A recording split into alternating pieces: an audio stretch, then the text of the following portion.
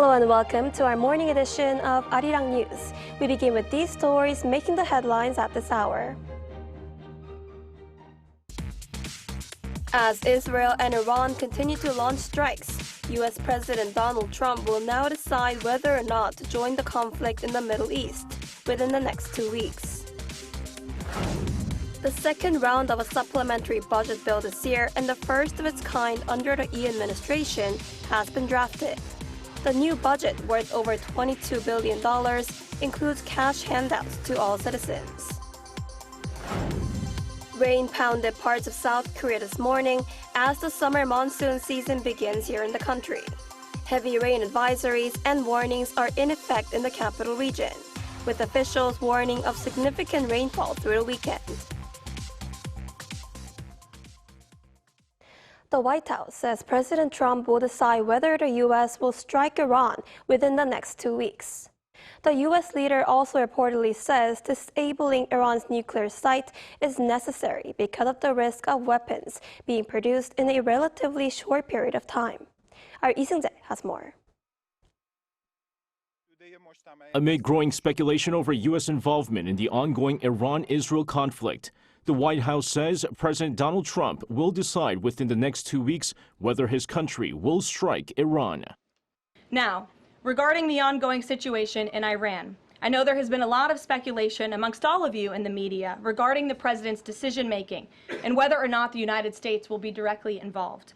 In light of that news, I have a message directly from the president, and I quote, "Based on the fact that there's a substantial chance of negotiations that may or may not take place with Iran in the near future, I will make my decision whether or not to go within the next 2 weeks." That's a quote directly from the president for all of you today. The White House spokesperson added that Trump is always interested in a diplomatic solution, calling him a peacemaker-in-chief, but noted that the U.S. leader is not afraid to use strength to achieve peace. Meanwhile, according to CBS News, citing multiple sources, President Trump believes it's necessary to destroy the Fordo nuclear site. The report says Trump had been briefed on both the risks and benefits of striking Iran's most secure nuclear site and found it necessary to disable it due to risks of weapons being produced in a relatively short period of time. Trump approved attack plans on Iran on Tuesday, but has not yet made the final decision to join the conflict with strikes. According to a Pentagon official, Trump held off on the decision to strike Iran in case Tehran decides to abandon its nuclear program. Lee Seung-jae, Arirang News. So as we just heard, tensions are escalating between Israel and Iran after President Trump called for Tehran's unconditional surrender, but Iran vowed to continue to fight. For more on how the situation in the Middle East will unfold, we're joined by Dr. Robert Lawrence, Senior Researcher at the Institute of Middle East and African Affairs. Dr. Lawrence, thanks for joining us this morning. Good morning. Thank you for having me. So why did Israel attack Iran just days before U.S. and Iranian negotiators were set to meet for nuclear talks? What's behind Israel's decision? So Israel's likely been planning this since their campaign against Iran last April and October. During that aerial campaign, they were able to knock out all of Iran's S-300 anti-aircraft systems. So Israel saw itself in an advantageous position and likely assessed that it had escalation superiority because of aerial dominance. Now, it's important to understand the timeline here. You know, the U.S. had been signaling for weeks that it was unhappy being strung along with Iranian negotiations, that a deal needed to be made, real progress needed to be made, or else there would be other methods used. And it was really losing faith in the utility of the negotiations. So, you know, then on June 12th, the 35-nation member Board of Governors of the IAEA, they actually declared that Iran was in breach of its non-proliferation obligations. So at this point, Iran decides to double down. They say that they're going to set up a new enrichment facility at a secure location and replace the older centrifuges with the sixth generation, more modern ones. So at this point, I think the U.S. didn't see Iran taking negotiations seriously and no longer objected to Israel's use of force. Right, and how likely is U.S. involvement in the war? And if it does decide to join, what might that look like? Well, you know, President Trump prefers to keep people guessing. You know, his strategic ambiguity gives him more room to adjust his direction as he sees fit. But this also causes confusion amongst friends and foes alike. So, this is done by design. The likelihood of the U.S. actually getting involved is tough to predict, but I will say there's an awful lot of firepower being brought into the region right now. There's a third carrier strike group on the way. So preparations for involvement are certainly in place. But it's also highly controversial amongst his domestic opposition and within his own MAGA movement. What would it actually look like? I think it's very unlikely you're going to see boots on the ground. There's no political will to do something like that. It would probably come in the way, come through the air. A lot of people are talking about using GBUs or bunker buster bombs to hit the Fordo nuclear facility, which is located under a mountain. That could be the case, but consequences of direct U.S. Involvement are extremely dangerous for our regional allies, U.S. forces in the region, domestic security, and the global economy.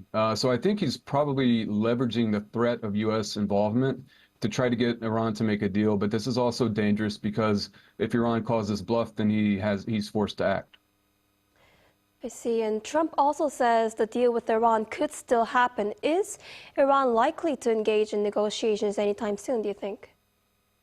Well, there's been some mixed signaling about this. So, there have been some in the government that are clearly looking for an off-ramp to de-escalate. But then there are other more hardliners that want to hunker down and fight it out. Last night there were reports that Steve Witkoff spoke with the Iranian foreign minister again about a new offer to find a diplomatic end to the crisis. But Iran is demanding an end to Israeli bombing in order to restart negotiations. Foreign Minister Arakchi is also planning on meeting the foreign ministers of the UK, UK, France, and Germany today in Geneva. So there is willingness to negotiate, but it's contingent on the end of Israeli bombing. And that's going to be a tough sell to Israel. For Israel to stop bombing, stop their campaign, I think that they're going to have guarantees of a maximalist negotiation strategy from the U.S. Right, and President Trump also claims Iran was weeks away from having nuclear weapons. So in your view, how close is Iran to getting an actual nuclear weapon? Well, they're certainly set back now, but even as of late March, the U.S. intelligence assessment was that Iran was not building a bomb, but it had enriched significant amounts of uranium closer to breakout levels. Now, the May IAEA report indicated that Iran had enriched enough uranium to 60%, which is just a technical step away from the 90% necessary for a weapon for 9 nuclear bombs. They also found man-made uranium particles in 3 undeclared sites. So there's a question of intent that looms over the subject. As far as I understand the threat, Iran has been at a near zero breakout for a long time, for a matter of months, and there's been no change in that. There's no open source intelligence or compelling evidence that I've seen to show any change in that trajectory. But according to Israel, they have developed a program to weaponize its enriched uranium. And in the last week, for whatever reason, Donald Trump has decided to believe them. See, and surely the fighting can't go on forever. How might this conflict end and when? Yeah. Well, the end game is the biggest question. I think it probably hinges on 3 factors. The U.S. decision to engage militarily or not, Israel's strategic goals, and Iran's willingness to negotiate. So if the U.S. gets directly involved, Iran could retaliate by hitting U.S. forces in the region, closing the Straits of Hormuz, or attacking regional energy infrastructure, which would likely lead to a U.S. retaliation and escalation. On the other hand, it seems like the U.S. is looking for a negotiated end to this. Last night's conversation between Witkoff and Arakchi and President Trump's announcement that he's going to make a decision in the next 2 weeks indicate that they're trying to find a different solution. Israel's strategic goals, their tactical achievements are already pretty significant, but the strategic goals may not be met if the Fordo complex remains operational and the government stays intact, because I think that they'll presume the government will now rush to a bomb. So the question is going to be, when will Israel be willing to step back and say that they've accomplished enough? Regarding Iran's willingness to negotiate, you're right, the fighting can't go on forever, but Iran is notoriously patient, and I think that they'll try to test Israel's will. Ayatollah Khamenei is notorious for his belief that um, kind of backing down in the face of pressure shows weakness, and it kind of invites domestic unrest. So, he'll be defiant. On the other hand, he wants to survive. They have a long history of prioritizing regime security, and he wants the regime to survive after he passes. So negotiators are going to have to kind of carefully navigate this delicate duality of the supreme leader's instincts moving forward. As far as when goes, I wish I had a better answer for you, but I think the when is completely dependent on the how. See, I guess we'll have to see how it goes. All right, Dr. Lawrence, thank you so much for your insight today. We appreciate it. Thank you very much. Have a wonderful day. South Korean nationals have been evacuated from both Iran and Israel as military clashes between the two countries continue to escalate. Seoul's foreign ministry said on Friday that 34 Korean nationals and family members in Iran have crossed over to Turkmenistan as of Thursday. The first group departed Tehran on Tuesday, traveling for around 30 hours over some 1,200 kilometers on a bus provided by the Korean government. They entered Turkmenistan on Wednesday, and a second group arrived the next day. Meanwhile, 25 Koreans and one Israeli family member were evacuated from Israel to Jordan on June 19th. Roughly 460 South Korean nationals remain in Israel and about 90 in Iran. Washington says it's monitoring North Korea-related developments in close contact with Seoul after Pyongyang fired around 10 artillery rounds earlier this week. According to White House Press Secretary Caroline Leavitt, the Trump administration is in close contact with the new South Korean government, adding that the two allies are working together to deter adversaries and preserve a free and open Indo-Pacific. She added that U.S. President Donald Trump will not tolerate threats against American interests on his watch. The comments come as the regime fired shells towards the West Sea on Thursday morning from the Sunan area near Pyongyang.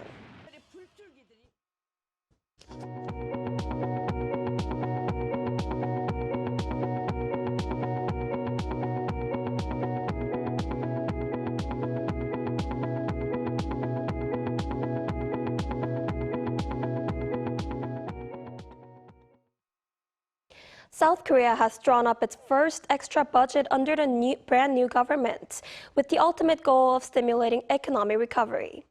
The budget also includes cash handouts to all citizens. Our correspondent Kim Do-yeon explains more. The second round of a supplementary budget bill this year, the first of its kind under Lee Jae-myung's presidency, has been drafted and is set to go to the National Assembly next week. President Lee, presiding over a cabinet meeting on Thursday, took a final look. 작년 12월 3일 이후로 심리적 위축이 심해서 있던 손님도 얼마 안 되던 손님도 다 떨어져 나갔다고 현장에서 너무 어려워합니다. 다행히 최근에는 조금 분위기가 개선되고 있긴 한데 어쨌든 본질적으로 우리 서민기업, 서민들이 겪는 고통이 매우 큰 것 같아요. 국가 재정을 이제 사용할 때가 됐습니다. The size of this supplementary budget is 30.5 trillion Korean won, or a bit more than 22 billion US dollars. 15.2 trillion of that will be going into boosting the economy through stimulus. 5 trillion will be going to stabilizing people's livelihoods. 10.3 will be for revenue adjustment for the nation's fiscal situation. This means 20.2 trillion will be for direct spending by the government, with 19.8 trillion being debt. Going into the details, 15.2 trillion for economic stimulus will consist of 10.3 trillion of that being relief to everyone in a different form of the recipient's choosing.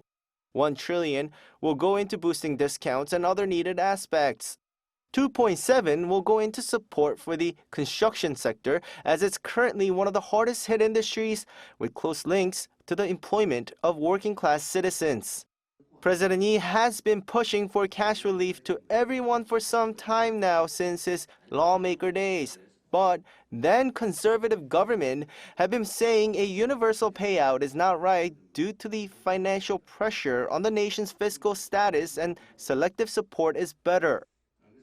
만약 일반 원칙으로요. 만약에 우리가 어떤 제도를 시행하는 데 필요한 경비다 이게 라고 하면 그 경비 지출에 따라서 혜택을 보는 반사적 이익을 보는 사람은 누구여야 하느냐? 그건 가난한 사람이어야 하느냐? 아니면 세금을 많이 내는 부자여야 하느냐? 저는 어떤 필요에 의해서 경비를 지출한다고 하면 그 반사적 혜택은 최소한 국민들이 공평하게 혜택을 누리는 게 맞다고 생각해요. The draft did go with a universal payout, but for those who need it, the more they will receive. The top 10%, approximately 5.12 million people, will receive a one-time payment of 150,000 Korean won, or around $100 US. And the biggest group of citizens of around 43 million people will receive the first payment of 150,000 Korean won, but will get an additional 100,000 in the second round. The lower levels will receive more in first-time payments, with the social welfare recipients later getting 500,000 in total. As for stabilizing livelihoods, money will be spent on debt relief for small businesses, as well as boosting employment and taming inflation. Now the ball is in the National Assembly's court, with the government's draft being transferred on the 23rd. Lawmakers will be reviewing the bill, but with the ruling Democratic Party holding the majority on the floor, the bill won't face many obstacles. Kim Do-yeon, Arirang News. South Korea's producer prices saw the sharpest drop in a year and a half last month. According to the Bank of Korea on Friday, the producer price index came at 119.66 in May, down 0.4% on month. It marked a second straight month of decline and the biggest drop since November 2023. By category, prices for agricultural, forestry, and fishery goods dropped 4.4%, while industrial goods fell 0.6%. Among the steepest declines, Korean melons were down over 50%, onions down 43%, and diesel prices were nearly 6% lower. The central bank attributed the fall to improved weather, which boosted supply and drove down producer prices for fruits and vegetables. The monsoon season has officially begun across South Korea, with heavy rain expected to intensify throughout the day. Some areas could see rainfall rates as high as 50 millimeters per hour. Our Kim Jung-sik reports. The monsoon season has officially started in South Korea, with scattered showers expected to intensify throughout the day. Heavy rain advisories and warnings are in effect for Seoul, Incheon, and parts of Gyeonggi-do and Gangwon-do provinces, where rainfall could reach 50 millimeters per hour, along with strong winds, thunder, and lightning. By the end of the day, the monsoon will spread across the entire country, with the authorities warning of significant rainfall throughout the weekend. The rain currently falling will be recorded as the first monsoon rain of the year, and it will gradually expand nationwide. By tonight, both central and southern regions will officially enter the monsoon season.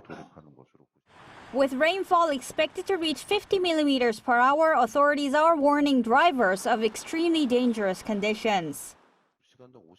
If rain exceeds 50 millimeters per hour, driving becomes impossible, as the rain hitting the windshield of a fast-moving vehicle can reduce visibility to almost zero, making it extremely difficult to see. Authorities are also warning of localized flooding and heavy downpours, particularly in central and southern regions, as the rainfall intensifies. While the rains are expected to ease in central areas by Saturday afternoon, some parts of Jeju Island and the south may continue to see rain through Sunday. Kim Jung-sil, Arirang News. President Lee Jae-myung has unveiled an online platform where people can directly propose policy ideas. Taking to his Facebook account on Thursday, he said he hoped it could help realize the principle of people's sovereignty stated in the Constitution and serve as a platform for direct democracy. He asked the public to feel free to pitch their ideas on all areas that affect their lives, from the economy, social issues, diplomacy, to culture, as he vowed to thoroughly review them in order for them to materialize. He also asked the public to give proposals to officially name the platform. More details can be found on the website.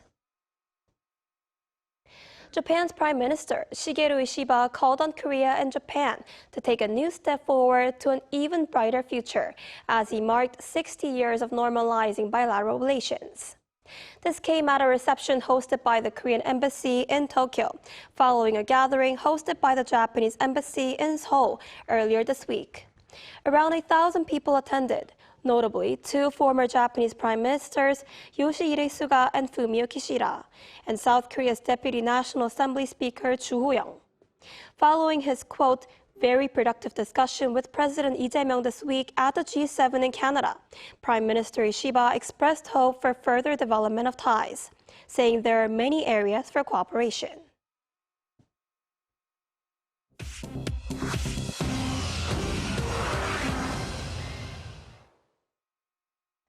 Good morning, I'm Choi Ji-hee, and this is The World Now.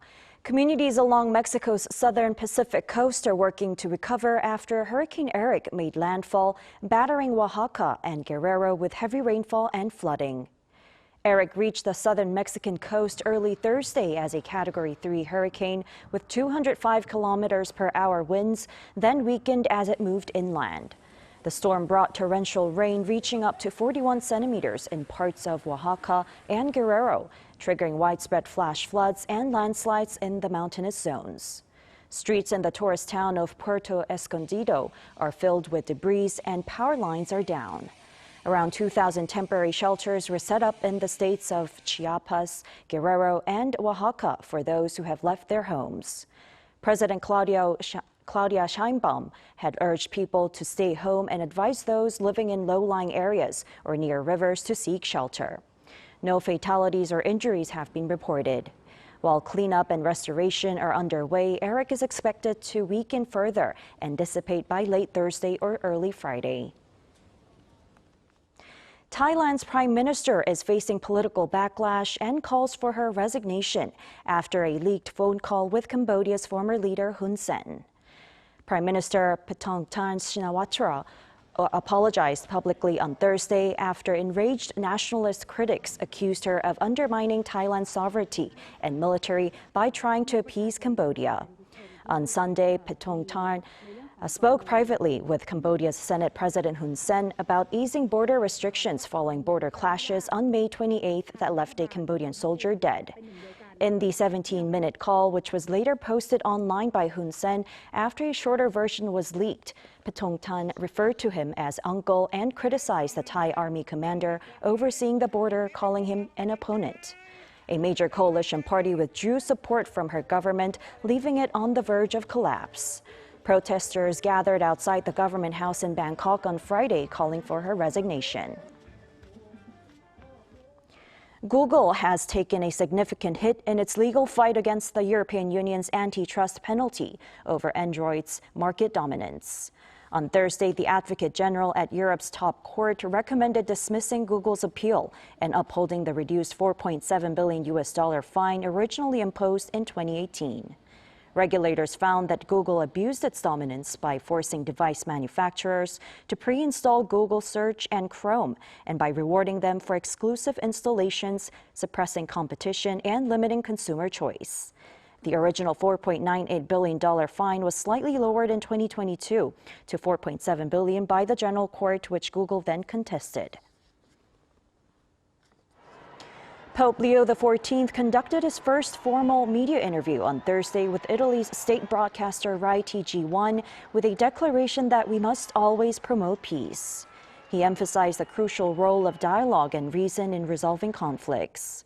Speaking from Vatican City, the pontiff lamented that countless innocent lives are being lost across war zones and urged the international community to seek diplomatic solutions over military confrontation. He reiterated his earlier stance that no nation should threaten another's existence, calling instead for respectful engagement rooted in justice and human dignity.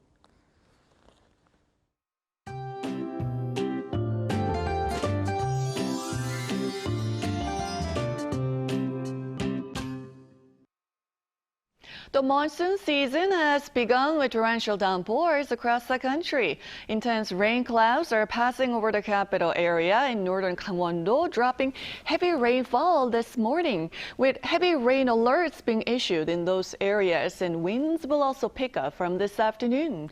Until Saturday, the central region in Jeollabuk-do can expect over 150 millimeters of downpours, and here in Seoul, we can also expect to receive up to 120 millimeters mostly today. So the central regions will receive downpours today, but the southern regions will receive heavy rain mostly tomorrow. Gangneung and Jeonju had a tropical night with overnight temperatures exceeding 25 degrees Celsius. Meanwhile, daytime highs in most parts will be nearly 10 degrees lower than yesterday's mid-summer heat. The rain in the central region will mostly let up by Saturday afternoon. However, rain in the southern region and Jeju will continue into early next week, so please stay safe.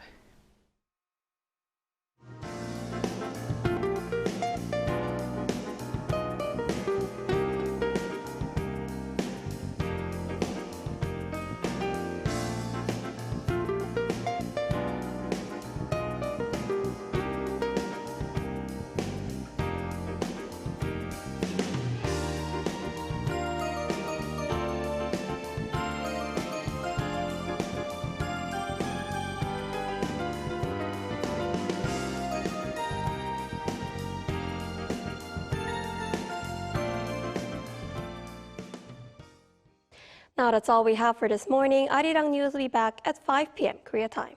Thanks for watching.